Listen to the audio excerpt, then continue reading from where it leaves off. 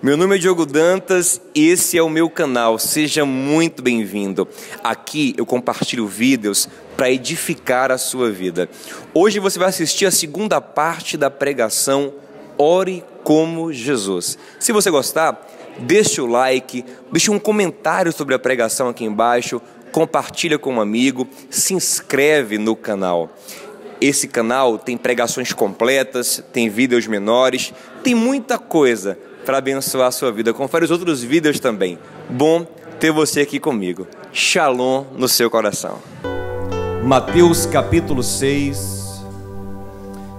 Jesus ensinou seus discípulos a orar.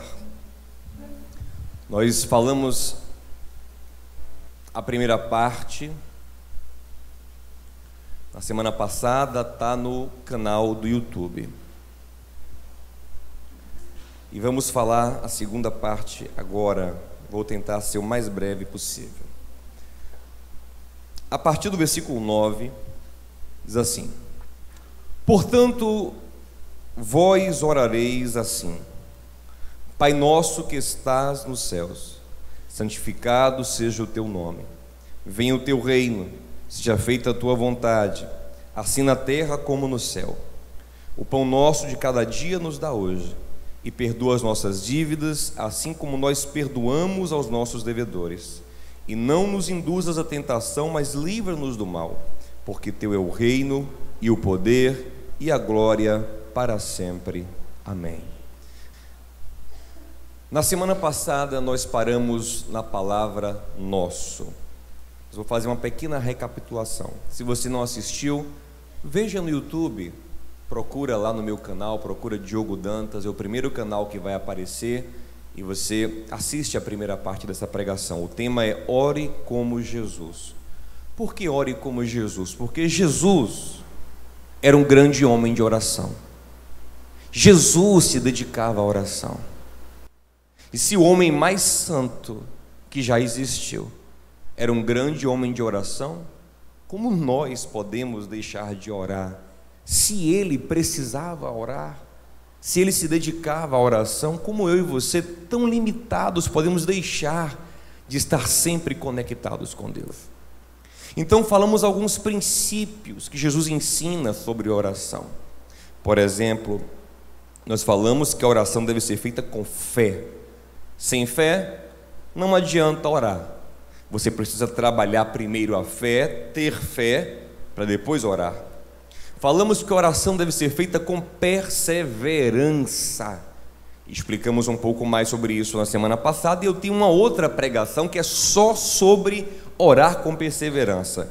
Também está no meu canal, assista depois. Os segredos da oração perseverante, que, se eu não me engano, é a minha pregação mais assistida no meu canal. O pessoal gosta muito. Os segredos da oração perseverante. Depois nós falamos que devemos orar para Deus e não para impressionar os homens, que esse propagandismo espiritual anula a eficácia da nossa oração.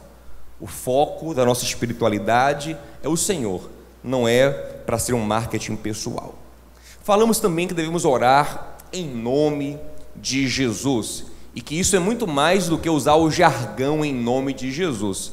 Isso significa que temos uma consciência profunda que só podemos chegar ao Pai, ao Todo-Poderoso, através do sangue de Cristo Jesus.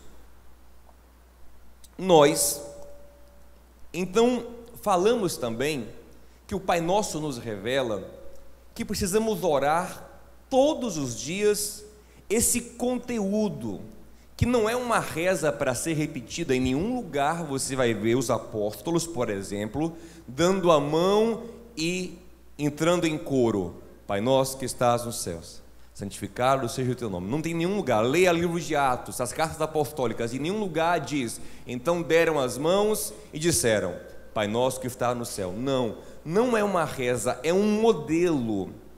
É um modelo que você deve tirar dele o conteúdo, as ideias que devem ser colocadas diariamente na oração diante do Senhor. Por que diariamente? Porque o Pai Nosso diz assim: o pão nosso de cada dia nos dá aí? Então, se eu estou pedindo o pão de hoje para hoje, significa que essa é uma oração feita diariamente. E outra coisa, se eu peço pão, livramento, vontade de Deus para aquele dia, não faz sentido eu pedir no meio da tarde, não faz sentido eu pedir de noite. Eu tenho que começar o meu dia orando. No mínimo, eu tenho que começar o meu dia orando, no mínimo. Se vamos olhar um padrão bíblico, os homens de Deus como Daniel e os apóstolos oravam 3 vezes ao dia, mas não é 3, oi Jesus, oi Pai, obrigado pelo almoço, obrigado pelo jantar, boa noite, não, eram 3 períodos de oração, eram 3 tempos de oração, que geralmente não duravam menos que 1 hora. Então, homens de Deus na Bíblia costumavam dedicar 3 horas por dia, no mínimo, para oração. Então, a oração tem um papel essencial na sua vida. Qualquer coisa que você faz 3 horas por dia, todos os dias da sua vida, é algo muito importante para você. Um grande homem de Deus chamado Moody dizia o seguinte: quanto mais ocupado eu estou, mais eu oro, porque mais eu preciso da graça de Deus na minha vida. Então é esse entendimento que a oração te sustenta, você depende dela, não tem como viver sem ela. E eu vou dizer uma coisa a vocês, meu irmão: se não fosse as minhas orações, os meus particulares, os meus lugares secretos com Deus, eu há muito já teria me desviado. Muito. Eu sei que tem gente que é melhor do que eu. Tem gente que não ora e continua na igreja. Eu até acho até bonitinho você. Às vezes tem uma índole melhor que a minha, a carne não fala tão forte como a minha, sei lá, a pessoa é naturalmente mais legal, mas ele não ora, mas ele vem para a igreja, eu não. Ou as coisas estão no meu coração, ou eu não consigo viver. Eu não sei viver as coisas assim, sabe? Eu não consigo. E o que coloca as coisas dentro da minha alma é o meu lugar secreto. Se eu não tivesse uma vida de oração, há muito tempo que eu não estaria mais na igreja, que eu não estaria mais pastor, provavelmente eu não estaria mais casado, enfim. Estou sendo bem sincero com você. Então é esse entendimento que você precisa ter, que a oração te sustenta. Você depende da oração, não é uma coisa que você faz se você quer. Não é se eu quero, meu amigão, eu preciso orar. Quando eu fico um tempo sem orar, sabe o que eu sinto? Sufocamento, perturbação, dúvida, confusão, fraqueza. A carne parece que vira um gigante dentro de mim. Os pensamentos confusos, as dúvidas. Eu não posso viver sem orar. Mas se você é uma pessoa que está há anos na igreja e não ora, eu digo: rapaz, você realmente deve ser muito legal, porque eu não sei como você consegue, mas eu tenho certeza que a sua vida com Deus não é profunda.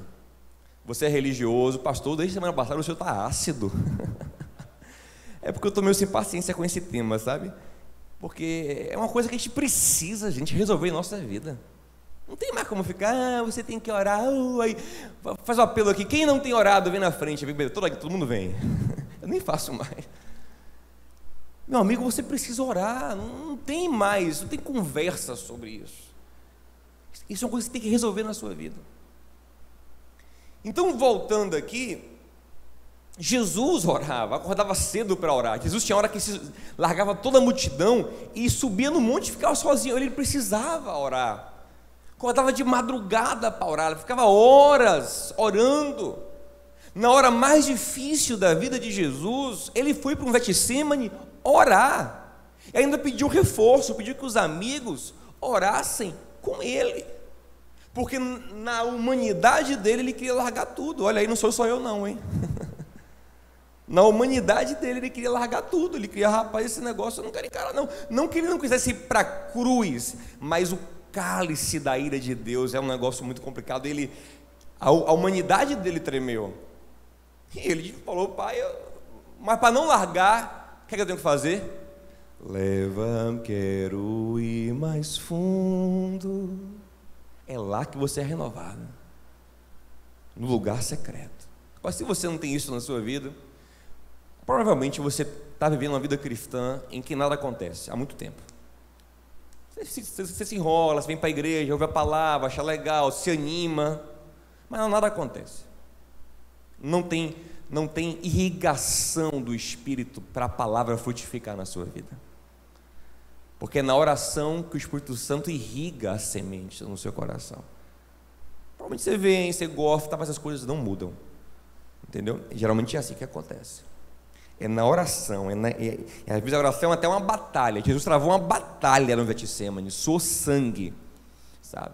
Então você precisa orar, e nós falamos um pouco sobre isso na semana passada. Assista a pregação para você entender mais profundamente esses pontos, orar todos os dias. Então nós entramos num ponto, começamos a entrar na oração em si, que começa com a palavra Pai. E aí nós falamos semana passada que essa é a primeira consciência que se deve ter ao falar com Deus, que você recebeu um grande privilégio, uma grande bênção, que é ter Deus como seu Pai, através de Cristo Jesus. E eu usei um exemplo na semana passada. Sempre que eu vou falar com o meu Pai na terra, eu tenho uma grande expectativa de que você é atendido. E Ele é uma pessoa má, segundo a palavra. Eu, por mais que ame a minha filha, sou mau. E o Senhor falou: se vós que sois maus, sabeis dar coisas boas aos vossos filhos, quanto mais o Pai Celestial não dará coisas boas àquele que lhe pedir. Então Deus é um Pai melhor do que o meu pai, do que eu sou como pai, do que você como pai, do que o Pai mais maravilhoso que qualquer um de nós já teve. Então é com essa expectativa que eu tenho que ir orar. Isso é profundo. Se pergunte, se questione: eu, quando vou orar, vou falar com o meu Pai? Essa é a minha expectativa. E a segunda palavra que nós colocamos aqui é orar com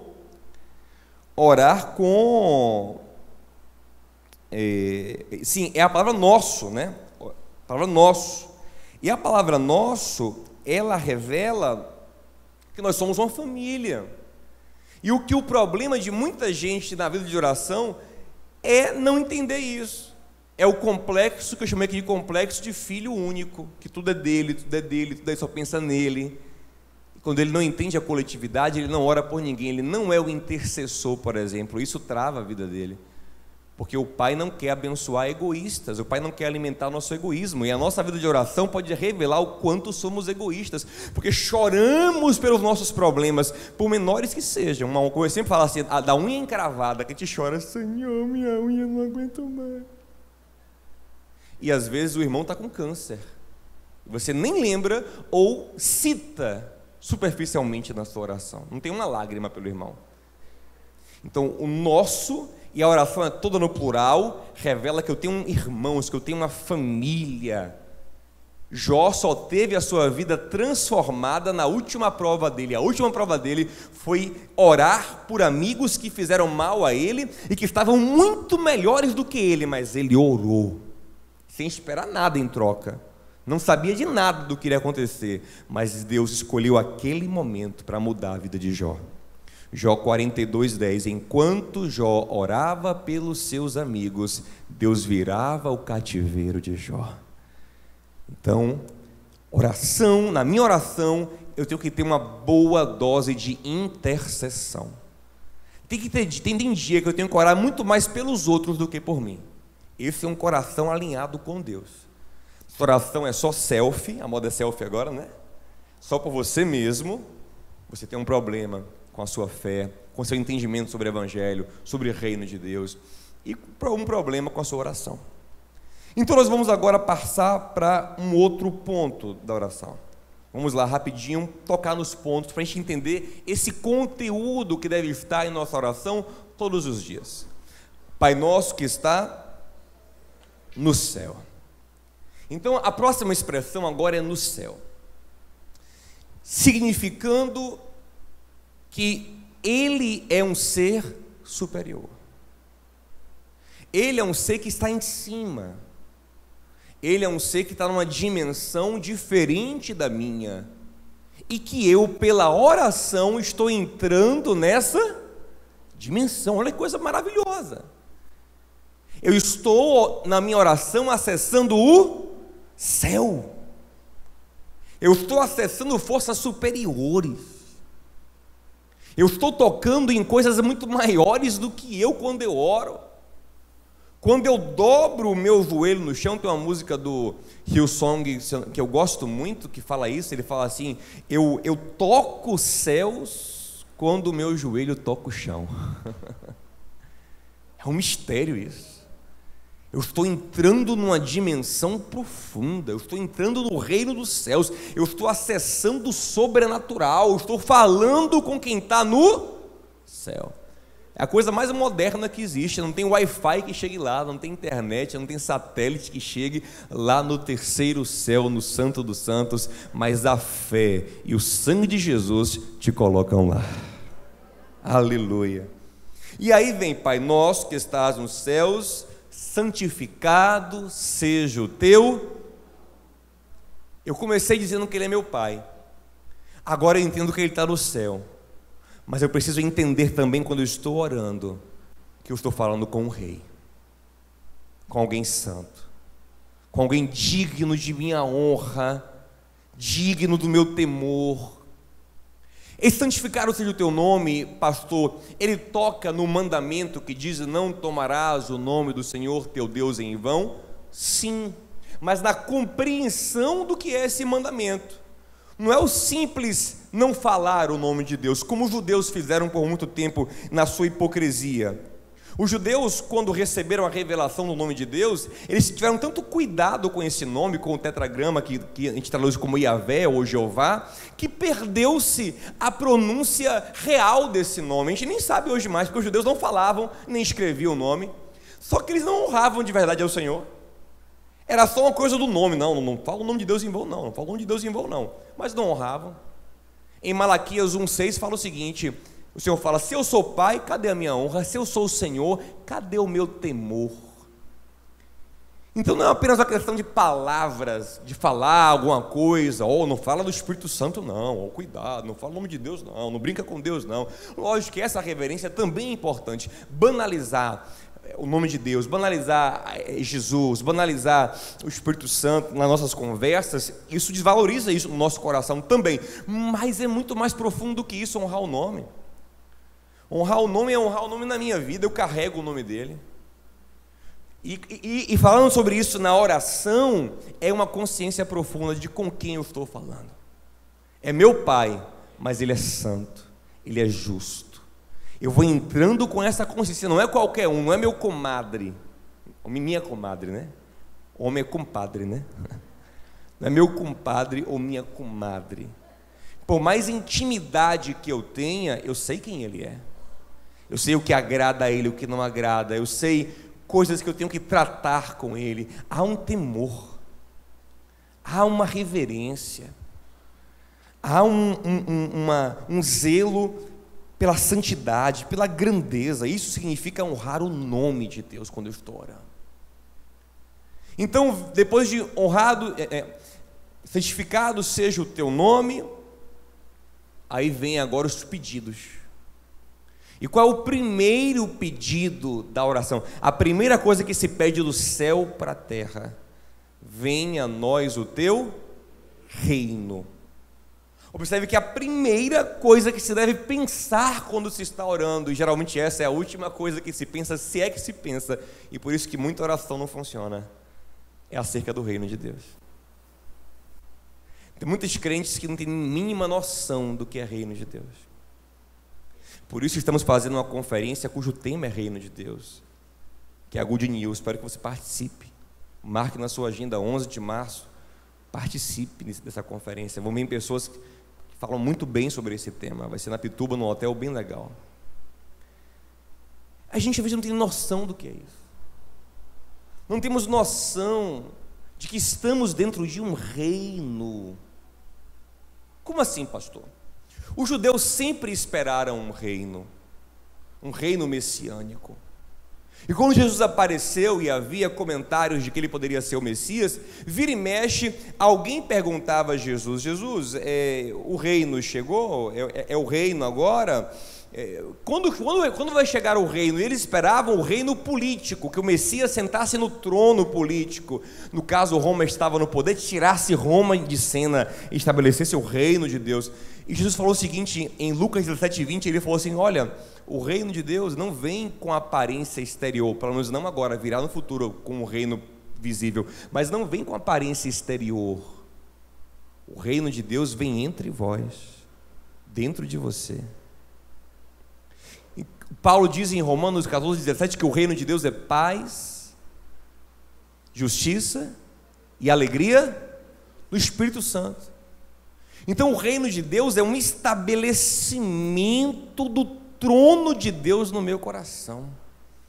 São pessoas regeneradas, transformadas por Deus, que passam a viver segundo Deus, que passam a amar a Deus, amar o próximo porque amam a Deus, a fazer a vontade de Deus, a pensar mais nas coisas eternas do que nas coisas temporais. Ficam mais inteligentes. Crente fica mais inteligente, gente. Por quê? Porque o incrédulo, ele só pensa nesses 80, 90, estou sendo generoso, 90, 100 anos de vida que nós temos aqui, né? Mas o crente não, ele trabalha a sua vida para a eternidade. Por isso que os apóstolos não tinham medo da morte. Paulo diz que em Filipenses 1, que para ele o morrer é lucro, e que melhor até morrer do que viver, mas ele quer viver para poder trabalhar para a igreja ainda, por causa da igreja. Então é uma mentalidade de eternidade, e o reino é que traz isso. Quem não compreende reino não compreende isso, aí vive ansioso. Por quê? Porque a vida está passando, cada ruga que aparece no rosto é um desespero, cada cabelo branco é um desespero, né? Cada vez que o tempo passa e os sonhos não se realizam, é um desespero. Por quê? Porque a vida dele é isso aqui, ó, micro. Ele vive menos do que um elefante, menos que uma tartaruga. Ele é apenas um ser biológico que está aqui, passando o tempo, passando a vida. É muito pequeno. E Paulo fala que se nós que somos crentes esperarmos em Cristo só nessa vida, somos mais miseráveis dos homens. Por quê? Porque compreendemos o reino, mas não entrou em nosso coração, e ficamos aqui, nessa vida pequena, medíocre, sem propósito. Então na minha oração, eu tenho que pedir propósito para a minha vida, tarefa, papel. Entender que Deus me tirou do reino das trevas, é o que diz lá em Colossenses capítulo 1. Lembra disso? O que é que Paulo ensina? Colossenses 1:13, o que é que Paulo ensina? O Senhor nos tirou, nos arrancou do império. O império é uma coisa imposta, do império das trevas, e nos transportou. Uma coisa linda. Eu vejo a imagem assim, de escravos, né? Judeus num campo de concentração, escravos presos por um senhor cruel, e aí o império das trevas. Aí Paulo fala, ele foi lá e nos arrancou do império das trevas e nos transportou para o reino do Filho do seu amor. Então existem dois reinos, e quando eu estiver orando, eu tenho que entender que existe um outro reino também, que é das trevas.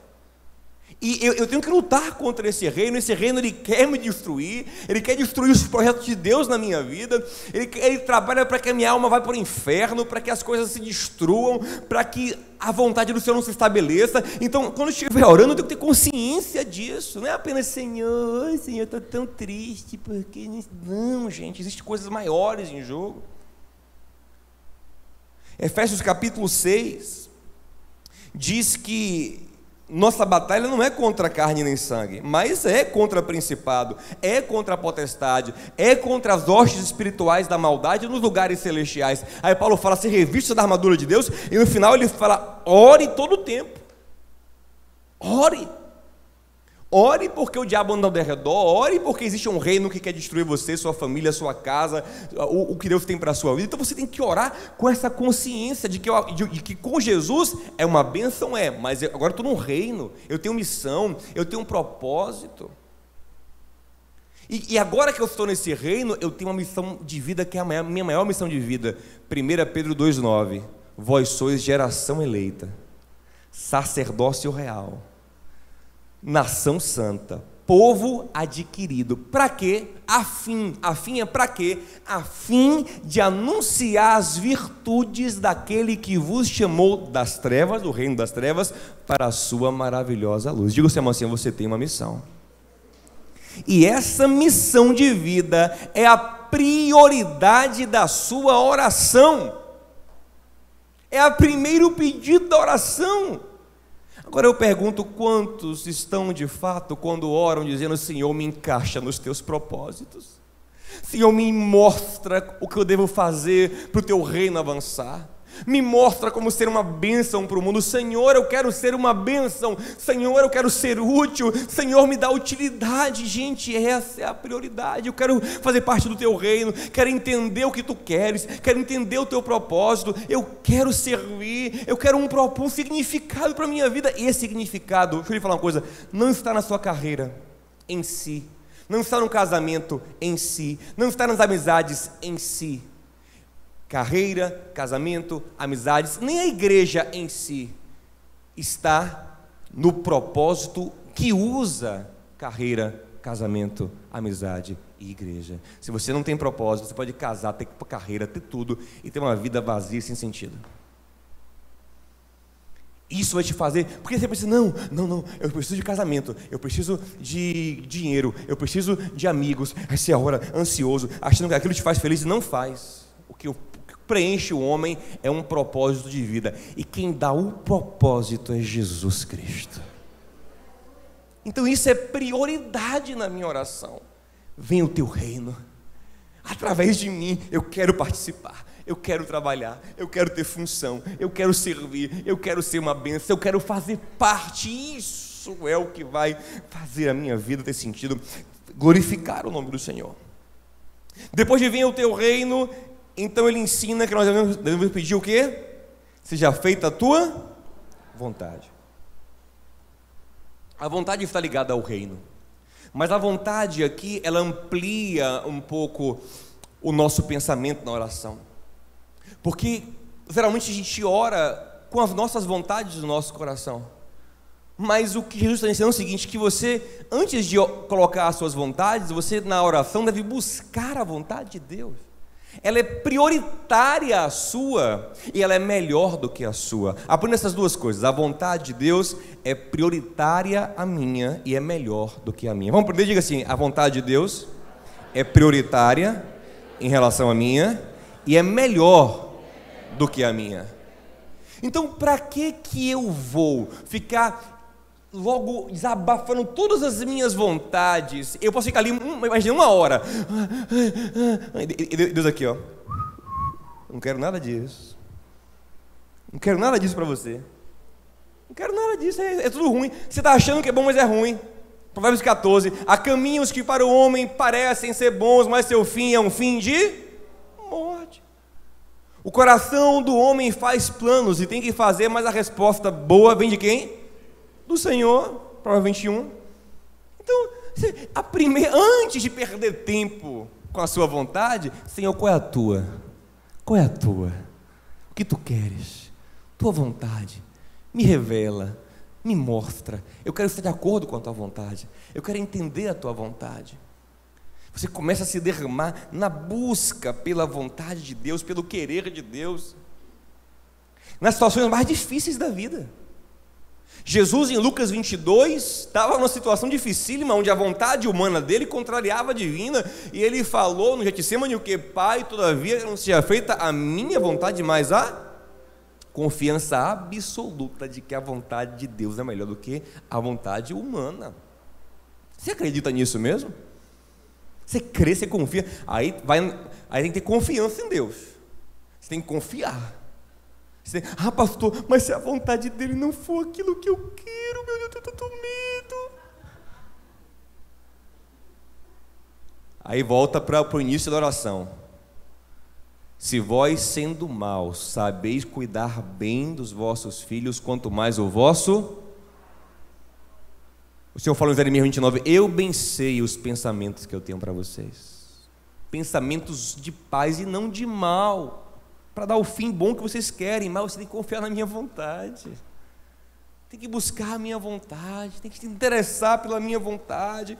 A consciência deve ser essa, de que a vontade dele é maravilhosa. E outra coisa, gente, nós não sabemos quase nada da vida, nós enxergamos pouquinho, nós não enxergamos um palmo, é muito pouco. Sabe o que eu acho legal? Atos 1, por exemplo, olha a sabedoria dos apóstolos, com Pedro liderando. Tinha uma vaga para o apostolado, a vaga de quem? De Judas.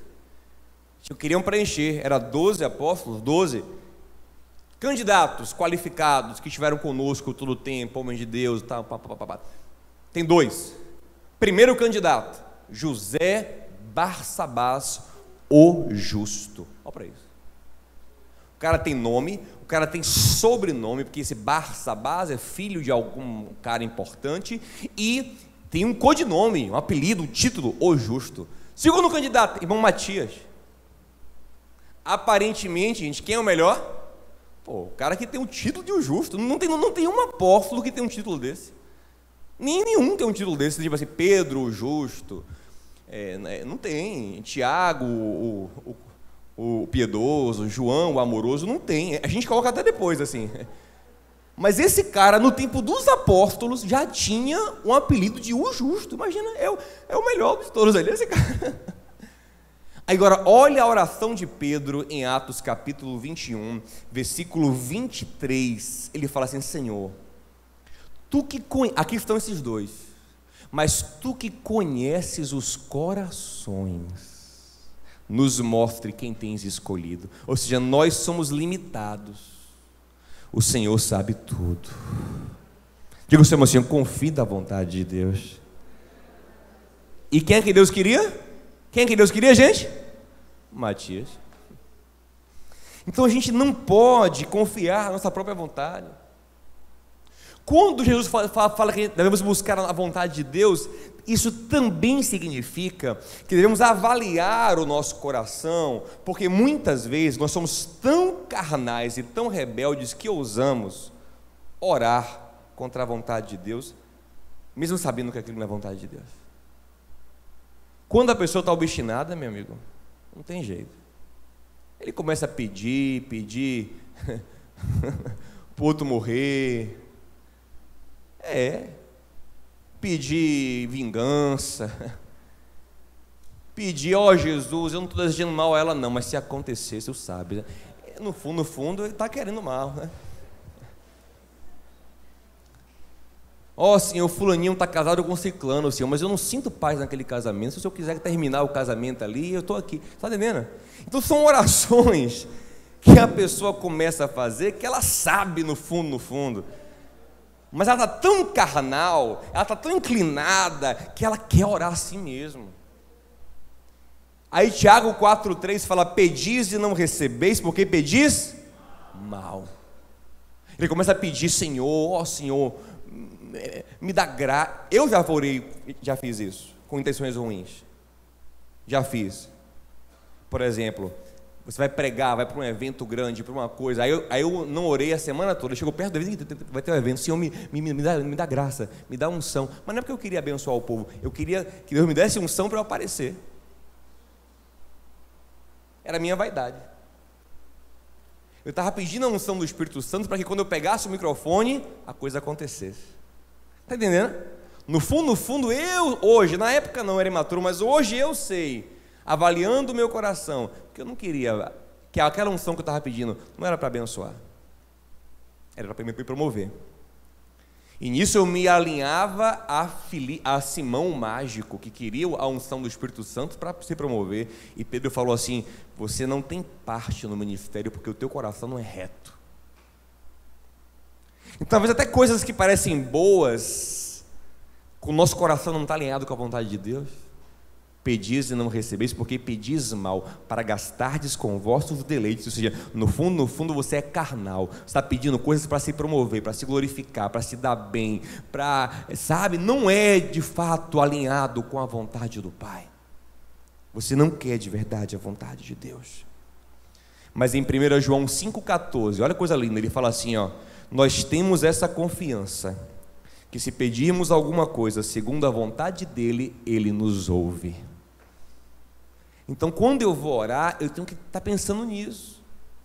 Oração não é imposição do que eu quero. Gente, Deus, tem gente que pensa assim, não, se eu falar muito, se eu pedir muito, se eu ficar no pé dele, ele vai dar. No meu amigo, não é assim não. É aquela imagem que vem do catolicismo romano, né, que é pegar o santo e botar lá, botar de cabeça para baixo, botar de costas. Você vai me dar, Santo Antônio, você vai me dar, Santo Antônio, e eu não sei o que, bota de castigo. Não, Deus não. Gente, Deus é soberano. Eu quero aquela vaga no trabalho ali, eu quero, me dê. Aí depois, imagina, aí acontece, o cara que estava na vaga do trabalho que ele queria, teve um câncer, sei lá, teve que se afastar. Aí ele conta o testemunho na igreja: irmãos, aleluia, pediu uma vaga ao Senhor. Sabe o que ele fez? O cara ficou com câncer.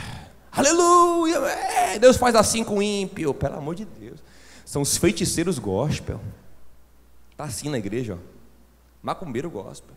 Então você botou câncer, misericórdia, ora por mim não fica perto de mim não, porque você realmente é um macumbeiro forte.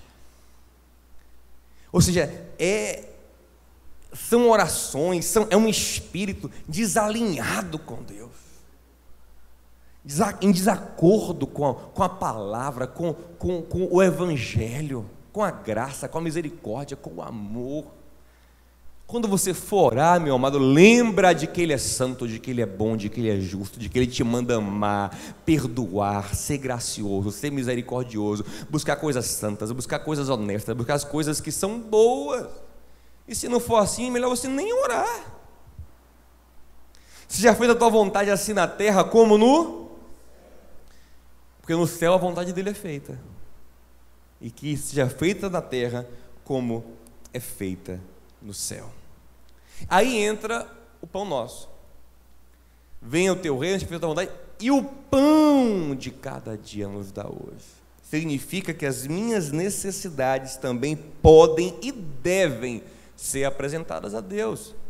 Já vi gente que diz que querer dar uma de muito espiritual e fala assim: não, eu acho um absurdo ficar orando por coisas materiais. Poxa, então não ore não, eu vou orar. Porque a Bíblia fala que até os fios de cabelo da minha cabeça interessam a Deus. O Senhor falou: não andeis ansiosos pelo que é a vez de comer, pelo que é a vez de beber, porque o vosso Pai sabe que vocês precisam. Ou seja, Ele entende. Por que eu não posso pedir? Posso e devo. Sabe para quê? Para que haja uma consciência profunda de dependência, para que eu reconheça que veio dele. Porque se eu não peço para Deus, às vezes aparece a coisa, eu digo: será que foi eu mesmo, meu trabalho? Não. Quando eu oro por cada detalhe da minha vida, tudo que chega eu reconheço Deus. Tiago 1,17: toda boa dádiva, todo dom perfeito vem do alto, do Pai das luzes. Orar por tudo, meu irmão, tudo. Filipenses 4, 6 e 7: não andeis ansiosos por coisa alguma, tudo que lhe preocupar seja conhecido diante de Deus pela oração e pela súplica. E quem não fica preocupado com dívida? Quem não fica preocupado com enfermidade? Quem não fica preocupado com crises de relacionamento? Quem não fica preocupado com crises no trabalho? Todos nós ficamos, somos humanos, gente. Por mais espirituais que nós sejamos, as coisas materiais mexem conosco, lógico. E tudo deve ser colocado diante do Pai, porque Ele cuida dos mínimos detalhes. Agora, lógico, não deve ser o anseio maior do nosso coração. O pão, ele vem depois do reino. Só que deve ser colocado também o pão, a provisão. Uma provisão que é mais do que material, é emocional também. Porque nem só de pão viverá o homem, mas de toda a palavra que vem de Deus. Mas de amor, de carinho, é provisão, é sustento. O que eu preciso? Relacionamento. Quero um namorado, quero uma namorada. Não vou pedir isso a Deus não. Então fique nesse orgulho aí. Fica. E quando vem a bomba, você fica com a bomba que vai aparecer. Ou então não vem nada. Tem gente que é assim, não. Até com Deus ele tira onda, ela tira onda. Para com isso não. Ore, meu filho, ore muito. Peça a Deus, uma vez que a esposa é prudente vem do Senhor. O Senhor que manda uma bênção para você, é o Senhor que te ajuda nessa área também, Ele que te fortalece para te... Então você tem que colocar os seus anseios, você tem que colocar diante do Senhor, você tem que pedir sim, a porta do emprego, a direção, né? Sem ansiedade, mas você coloca tudo, porque Ele cuida de vocês. Pedi, dar-se-vos-á, buscar e acharei. Quando o homem bater, abrir-se-lhe-á. Quando o homem foi amaldiçoado no Éden, uma das maldições era ralar e penar muito para ter o pão. E Salmo 127, Salomão fala assim: se o homem trabalhar duro, dormir tarde, acordar cedo, mas sem Deus, é muito difícil. Mas aí Jesus vem nos conectar com o Pai. Você vai trabalhar, vai se esforçar, mas vai ter uma ajuda do Pai. Você busca em primeiro lugar o reino, e as demais coisas Ele vai te ajudar, Ele vai acrescentar na sua vida. Você ora, você coloca tudo diante de Deus, dá detalhes, coloca tudo, até toda ansiedade sair do seu coração. 1 Pedro 5,7, lançando sobre Ele toda ansiedade, porque Ele tem cuidado de vós. Depois de pedir o pão, vem que parte agora? O pão nosso, cada dia nos dá hoje, e perdoa, vem a parte do perdão. Você pede perdão, me perdoe, Senhor, como eu. Olha que essa parte é a parte condicional da oração. Eu todos os dias tenho que pedir perdão a Deus, pastor, todo dia, porque infelizmente nós, todo dia, em algum ponto a gente dá uma escorregada, um pensamento, uma palavra, uma atitude. É muito raro passar um dia que você não tenha uma consciência de pecado. Se examinar direitinho, geralmente você acha, ainda que uma coisinha pequena lá, você acha. Se você passou um dia que você examinou, não achou nada, ou você teve um dia muito bom, ou você está cauterizado demais. Está fazendo um monte de bobagem e está achando que está tudo bem. Mas no Salmo 7, versículo 11, a Bíblia diz que Deus ele se ira todos os dias. Ele fala assim: Deus é um Deus que se ira todos os dias, Ele já preparou o seu arco, se o homem não se arrepender, está lá, Salmo capítulo 7, mas em Lamentações 3, 22 também fala que as misericórdias do Senhor se renovam a cada manhã. Então nós temos um Deus que se ira com o pecado, mas temos um Deus também disposto a perdoar. O que nos cabe? Arrependimento, confissão. Não é aquela confissão cara de pau: Senhor, pequei de novo hoje. Tu sabe, Senhor, né? Tu sabe, é o pecadinho básico de hoje, é aquele que eu tenho feito. Não é isso. Confissão de pecado é algo ligado a um arrependimento, a uma mudança de cabeça, a um não querer mais fazer. Em 1 João fala: se dissermos que não temos pecados, nós somos mentirosos, não há verdade em nós. Mas se confessarmos o pecado, reconhecermos, admitirmos, Ele é fiel e justo para nos perdoar o pecado e nos purificar de toda injustiça. Então eu tenho que ter todos os dias esse autoexame. Pastor, eu tenho que fazer tudo isso. Já falou tanta coisa na oração aqui. Tudo isso eu tenho que fazer na minha oração. Reino de Deus, vontade de Deus, autoexame. Tudo isso tem. Por isso que você não pode orar 5 minutinhos por dia. Por isso que a oração é uma coisa que você deve ter tempo para fazer, porque você tem muita coisa a tratar com os céus. Entendeu? E perdoar o outro. Inclusive esse é o único ponto que, quando ele diz o amém do Pai Nosso, ele reforça no versículo 14 e 15. Aí eu tinha vê se você consegue colocar aí o versículo 14 e 15. É o único ponto que ele reforça, porque se você não perdoar o seu irmão, o vosso Pai não perdoará. Eu não posso estar todo dia pedindo perdão e guardando mágoa, né? É a parábola do credor incompassivo, Mateus 18. Lembra que o cara devia muito ao rei, uma quantia que não tinha como pagar ao rei, mas depois, quando encontra um conservo, um companheiro que deve muito menos, ele quer exercer um juízo pesado sobre o cara. Não tem. Todos os dias também eu devo lavar o meu coração das mágoas, e às vezes demora, porque tem mágoa que ela é chata. Você pensa que ela saiu, daqui a pouco ela vem de novo. Você pensa que ela saiu, ela vem de novo, e ela vem de novo, e ela vem de novo. Você tem que ficar um tempão: Senhor, eu perdoo, eu abençoo, Senhor. Aquele abençoou. Não, Senhor, não. Oh, Senhor, meu Deus, oh Deus, oh Senhor, misericórdia. Aí você fica lutando, tem coisa que você vai ficar, Senhor, oh meu Deus, eu quero o bem dele. Aí você fica naquela luta aí. Mas todo dia melhora, tem hora que melhora.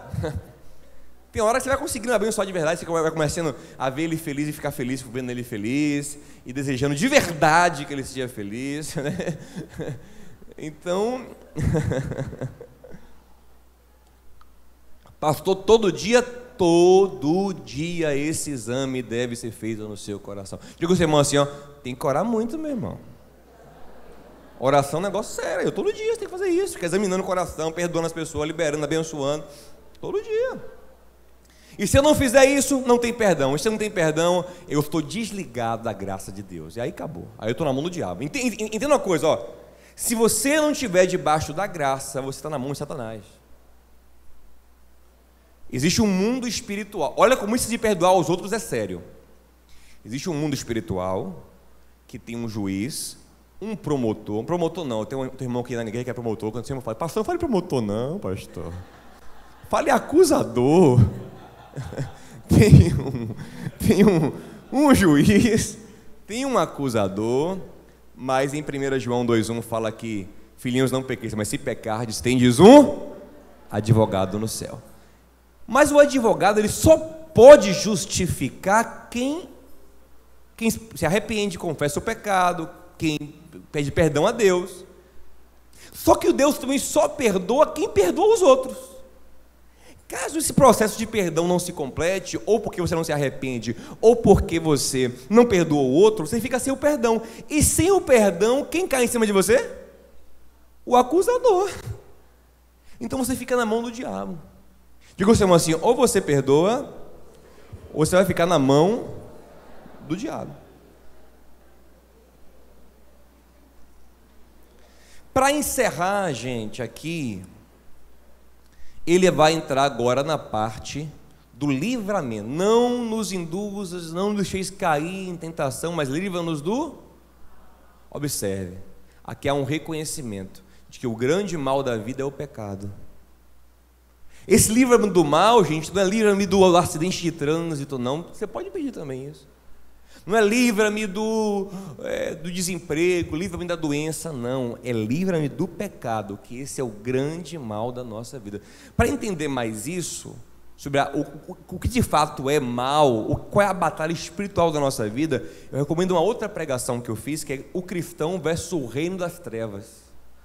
E veja, está no YouTube também. Porque a gente acha que isso aqui, tipo assim, livra-me do diabo para lá, sai todo demônio, sai toda pombagira, sai todo Exu, não sei o que, sai. Não é isso, não. Livra-me do mal é livra-me de mim mesmo, da minha carnalidade. Eu tenho que entender que se Deus não me der graça, eu caio todo dia, eu peco todo dia. Como tem uma música de Tales, né? Todo dia o pecado vem e faz o quê? Todo dia vem as tentações. Todo dia o pecado vem. Ele faz o quê? Eu escolho. Como escolher Deus se minha carne quer pecar? Só cheio do Espírito Santo. Todo dia eu tenho que orar, Senhor, não me deixa cair. C.S. Lewis falou o seguinte, ó: nenhum homem sabe o quanto é mal até que tenha tentado ser bom. A gente não consegue ser bom. A gente luta, mas a carne é miserável. Só cheio do Espírito Santo. Paulo falou, quem vai me libertar desse corpo maldito, dessa carne maldita? Eu não consigo, eu quero fazer o bem, não consigo. Aí no capítulo seguinte ele fala, mas graças a Deus que eu não vivo pela carne, eu vivo pelo Espírito. Então, se eu quiser ficar de pé, todo dia eu tenho que orar para ficar de pé, meu amigo. Pedir graça a Deus, sabedoria a Deus, unção, senão eu vou cair. Eu vou pecar, eu vou estragar tudo na minha vida, porque o pecado estraga tudo. Ó, em Tiago 1,14, gente, o tempo já acabou aqui, mas rapidinho, Tiago 1,14 fala o seguinte, olha que palavra forte. Quando você colocar aí, tio, coloca na tela, por favor. Cada um, quando é tentado pela própria cobiça, sendo por esta arrastado e seduzido. A sua cobiça, ela não só te seduz, ela te arrasta às vezes. Venha. Como conseguir vencer isso? Só pela graça de Deus. E essa graça só virá para quem? Quem faz o que, gente? Ora todos os dias. Eu preciso, Senhor, ficar em pé. Me ajuda. Em Romanos 14:4 diz que Deus é poderoso para nos firmar em pé. Só Deus, pelo fruto do Espírito, para nos dar o domínio próprio e a gente não cair no pecado. Para encerrar, tem a doxologia final da oração. O que é doxologia, pastor? São essas frases parece que é uma frase de efeito, uma frase ritmada que encerra uma oração, encerra uma ideia bíblica com um louvor a Deus. Por exemplo, Paulo fez várias doxologias. Uma famosa que a gente gosta é Romanos 11:36. Porque dele, por ele, para ele são todas as coisas. Glória, pois, eternamente a ele. Amém. E a doxologia do Pai Nosso é: porque teu é o reino e o poder e a glória para sempre. Então a gente encerra a nossa oração todos os dias na total dependência do Senhor. Interessante que essa doxologia lembra muito o que Davi orou lá em 1 Crônicas 29. Depois dá uma olhadinha lá.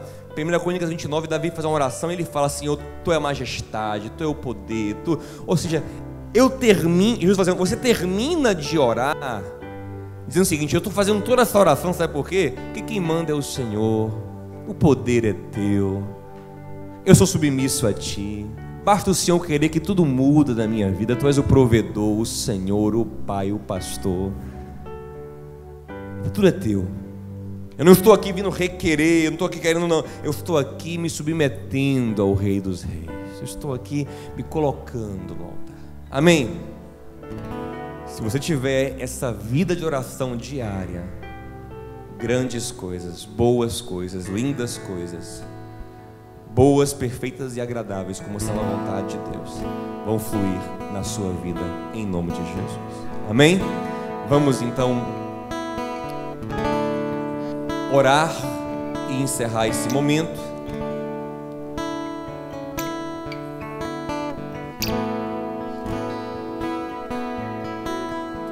Vamos, enquanto cantamos um pedaço de uma canção, quero que você feche o seu olho e fale com o Senhor sobre a sua vida de oração. Fale: Senhor, eu preciso tanto, Senhor, eu quero tanto.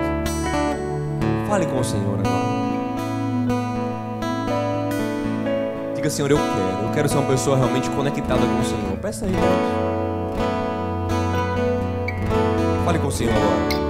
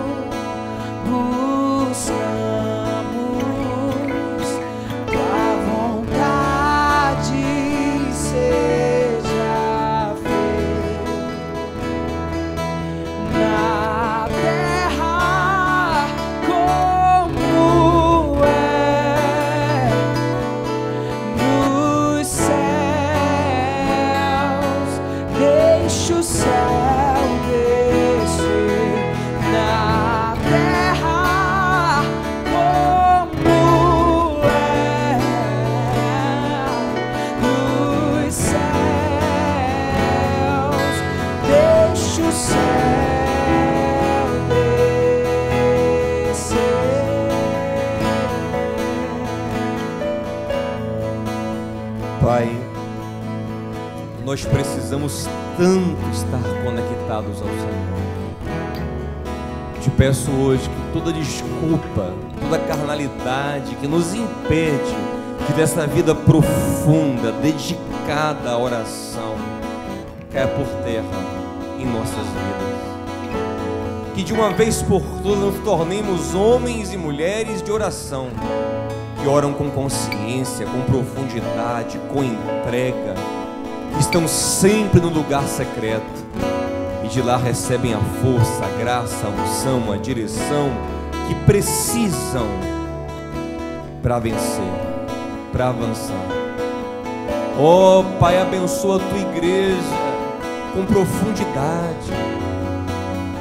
profundidade de relacionamento, como tinha Jesus, como tinha o nosso Mestre.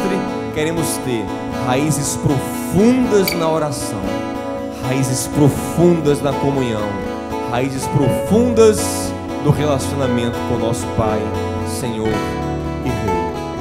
É o que nós pedimos em Cristo que nos permite chegar à Tua presença, nos faz homens e mulheres, aleluia, aleluia, que movem céus e terra através da oração. Amém. Glória a Deus. Diga ao seu irmão assim: a tua oração vai mudar tudo.